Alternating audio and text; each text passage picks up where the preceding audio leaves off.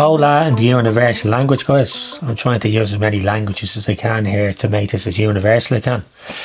That, it's not just an Irish team. It's what comes into the council time and time again. It's a universal teams.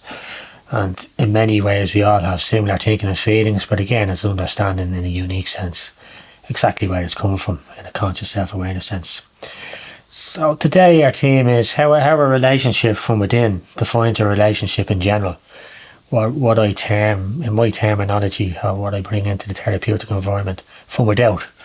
So from within is your internals, in some extent your internal control, how you're thinking and feeling from within, and that's going to define your externals, even down to the point of the surroundings environment you're in, how motivating or resilient or secure or which is insecurity in some cases, or anti-trust in some cases.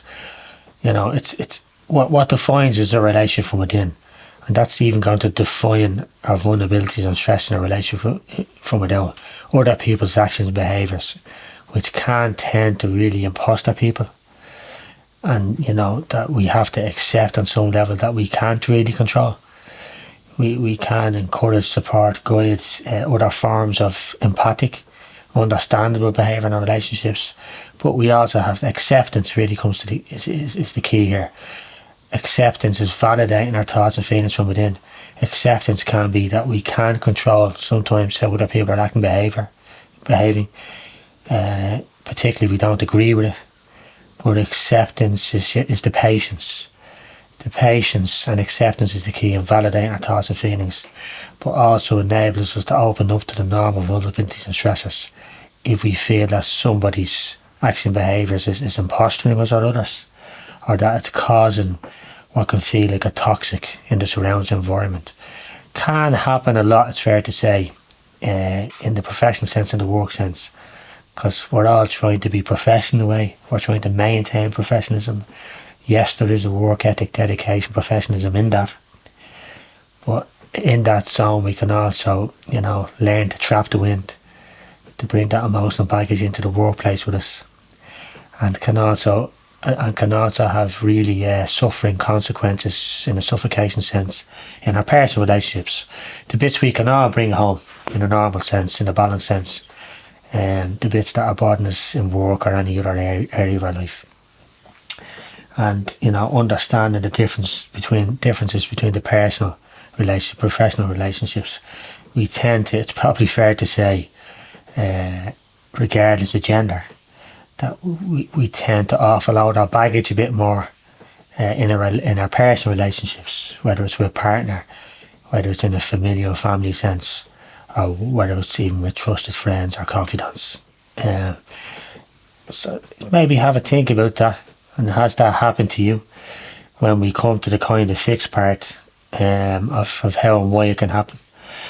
So familiar themes would certainly be around the family, in a personal sense, or in couples counselling or relationship counselling sense. That can also transfer into other avenues of life, such as professional. Then there can be the opposite kind of effect, where the professional can really transfer into our personal relationships if there's too much suffocation or toxic in our professional environments. Have a think about that as we come to the answers. So the answers are always your 50-50s. In the compromise to yourself, again through your conscious self-awareness of understanding where the issue is arising in the first place, where it's grown legs, where they can escalate and become really exaggerated. When we have that kind of identification or direction for ourselves, we can start to really nail down what to do about it. Generally what to do about it is through the knowing and conscious understanding. We learn to de-escalate in those situations that are disempowering with us, making us anti-resilient, and making our focus go off kilter, So then we're automatically deficiting the impact and effects to our emotional capacity, our amygdala, our feeling emotional fulcrum of our mind. When we do that, we're almost automatically becoming in control of any situation. We can start to familiarise yourself to patterns of behaviour around this. That becomes your learned behaviour, your mantra, your go-to mode of behaviour in any given circumstances, regardless sometimes of the trauma or the overwhelming stress it may cause people. When we learn to do the opposite, we can see the overwhelming stress and burden as a normal, in a normal context. Make it a normal learned behaviour. Again, in that we're accepting the fact that we're all entitled to normal vulnerabilities and stressors in any given day, in any given week. And we can also accept situations that's outside our control, i.e. other people's action behaviours, you know. When we can accept that other people's action behaviours is coming from a vulnerability in itself, we can also accept ourselves more and more and validate our thoughts and feelings and send the language to keep in control of our thoughts and feelings, which is represented as 100% again. So it's your 50-50s, and in a relationship sense, whether it's in the personal or professional, understanding, even though some conversations are difficult and can be really complicated, that sometimes it could be good in a rational, resilient sense to have those conversations. And most of the time, in my experience, although people have a lot of vulnerability about the rumination of these conversations, they tend to go well. But again, it's a two-way thing. In this sense, the person or persons we're offering and compromising the conversation to and having the resilient conversation to have to reciprocate it in kind.